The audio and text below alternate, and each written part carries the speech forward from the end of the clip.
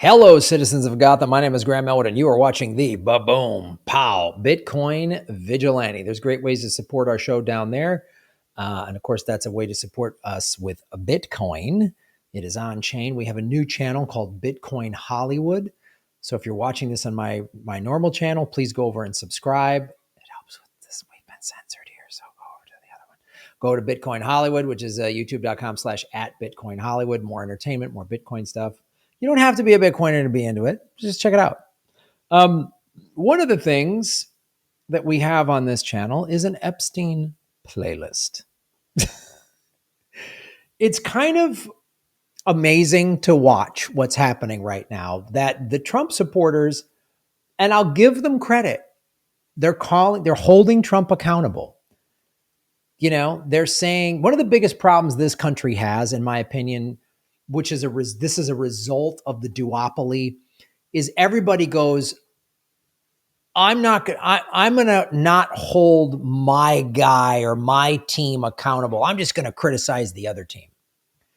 Like when Joe Biden had dementia, liberals in the Democratic Party were like, no, he's fine. You're being ageist. And it's like, no, the president of the United States has clear cognitive decline. Anybody over the age of 40 in America has had a family member, a parent, a grandparent, an aunt and uncle who's suffered some type of cognition issues as they got older, and everybody could recognize it and go, I know, I saw this in my grandmother or my dad or my whatever. Like, I come on.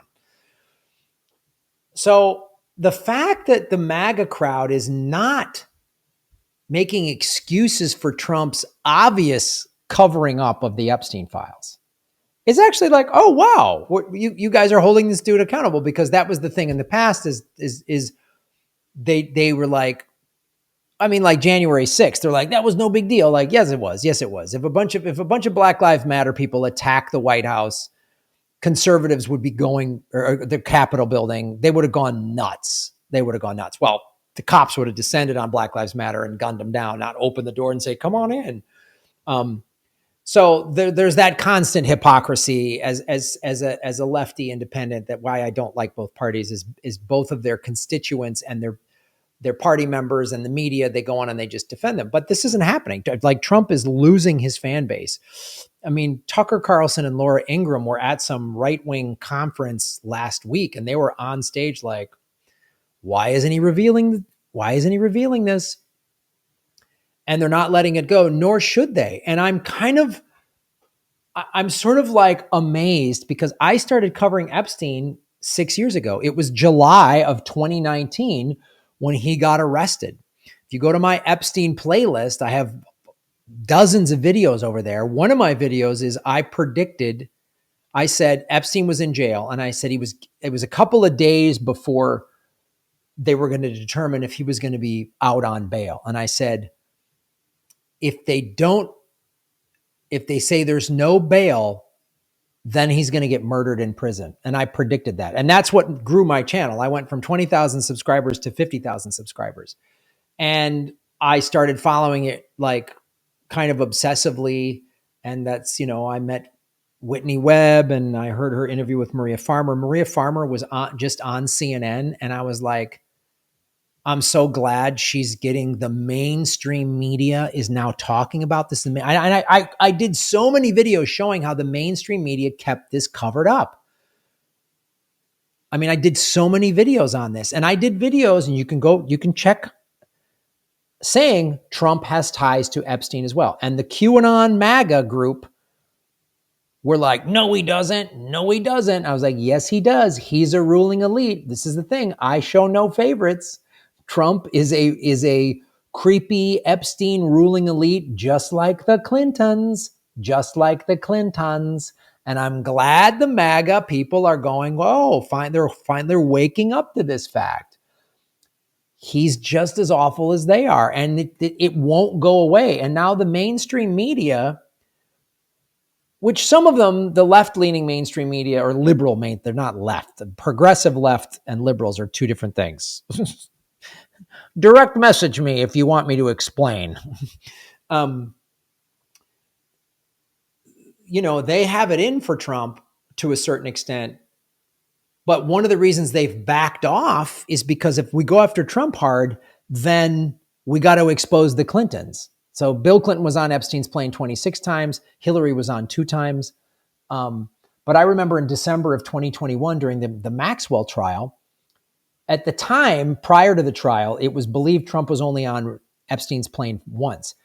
They found revealed in the FAA flight documents, these are FAA, Federal Aviation Administration flight documents, that he had 4 additional flights on Epstein's plane, totaling 5.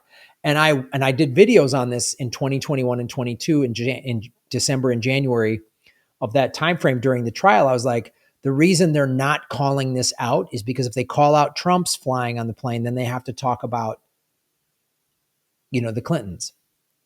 Well, now everyone's talking about this. And do I think there's going to be this big reveal and they're all going to be held accountable? I don't think that's going to happen. I hope I'm wrong. I just have seen this time and time again. I can't get my hopes up that they're going to just, the ruling elites, they're evil. They're evil and they control everything.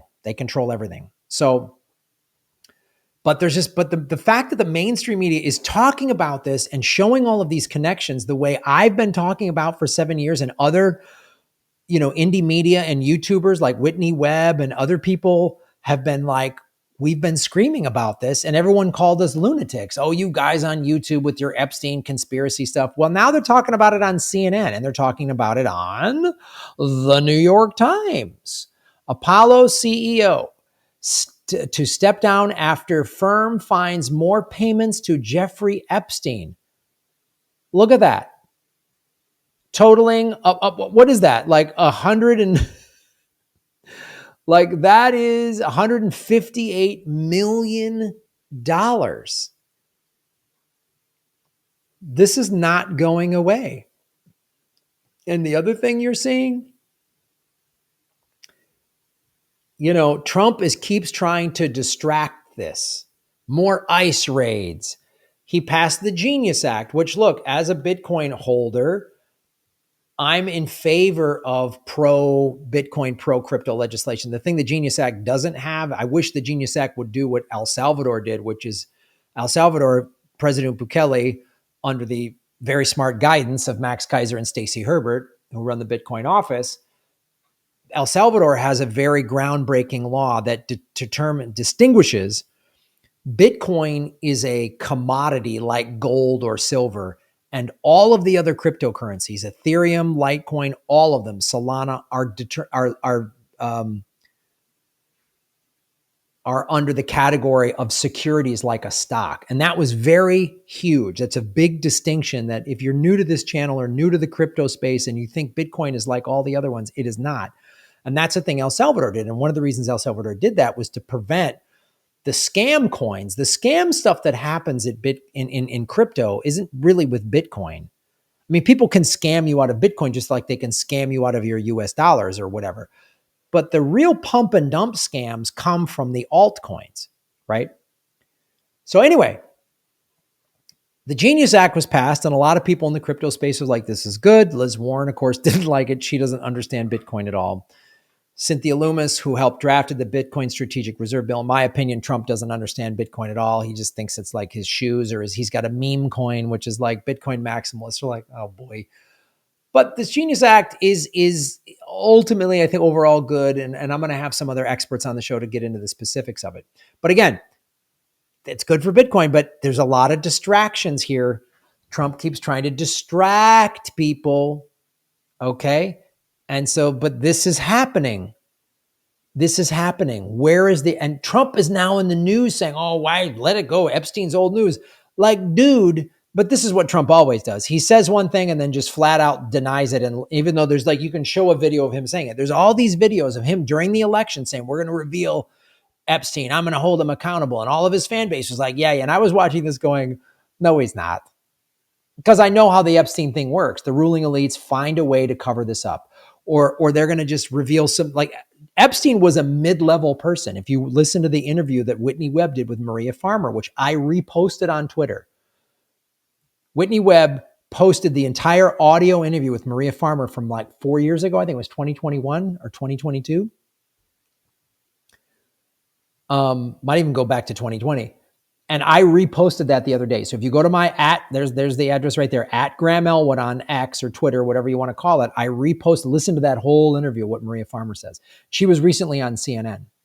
So they keep trying to hide this, but more people are coming forward, more people, and they can't hide it. And you got to believe Bill Clinton's terrified. Is this all going to come out and we're going to see the truth? I don't know, man, because the wealthiest, most powerful people in the world are in this space. But this is why I like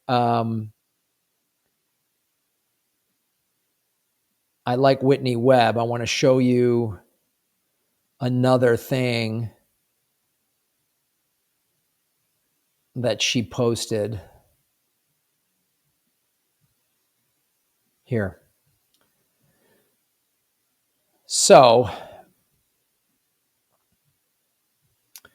this is what Whitney Webb posted. She said, first of all, this is big news. Attorney General Pam Bondi, again, this is Pam Bondi who July 7th, 3 weeks ago went, nope, the files, there's nothing happened. And everyone went nuts. Announced she is meeting with Ghislaine Maxwell to expose the truth about Jeffrey Epstein, a truly unprecedented move. And then Whitney Webb, who's been on the show. I love Whitney's work. I've reached out to her. She's been going through some travel and health issues and stuff. She posted this online. I'm not revealing any secret. She posted this online. She wrote, Ghislaine will do anything to negotiate her release and or prevent her from being harmed in prison if she believes she is in danger. This is the ultimate way to both avoid releasing the bulk of the Epstein documents still held by the government and still seem like they're pursuing justice in the case. That's such a great, this is why I love Whitney Webb. She just gets down to the she gets down to the nitty gritty. And I've talked about this stuff before. There's this whole appearance of we're doing something about it, right? You know, when they got Epstein in 2019, and he hung himself in prison. It was like, oh, we got him, case closed, and you know, he unalived himself. Whoops, bang, boom. And then the Maxwell trial. Oh, they only allowed 4 victims to speak. In the Larry Nassar case, that was I believe the Ohio State doctor that, you know, sexually abused and assaulted like 100. They had 100 witnesses in that case, but the Maxwell trial, they only had 4. And in that trial, again, they just tried to like, well, we got him. Epstein's no longer alive. Maxwell's arrested. It's over. It's over. That's what they keep trying to do, which is again, they always try to give the illusion we're doing something. And all of the pushback against Pam Bondi and Trump, and Maxwell's just an opportunist. Again, go to the DOJ's website and try to find her mugshot. That's a fun exercise. But don't be fooled. Maxwell will name the names she's told to so she doesn't end up like her father, Epstein or Jean-Luc Brunel. Her father had a mysterious death. He was a Mossad agent. Jean-Luc Brunel was arrested, and then, he committed suicide in prison. Nobody talked about that. They could also pave the way for the Pardon Ghislaine movement, which, aside from Ghislaine's own family, seems to have really been started by Thielverse operative Chuck Johnson a while ago. If they have Ghislaine testify and say what she's told, they can reward her with a pardon or reduce her sentence. Her testimony will be hard to trust given the stakes for her and the Trump administration. Man, you gotta love Whitney Webb calling that out. So that's what's going on, guys. We will keep following this. Go to my Epstein playlist.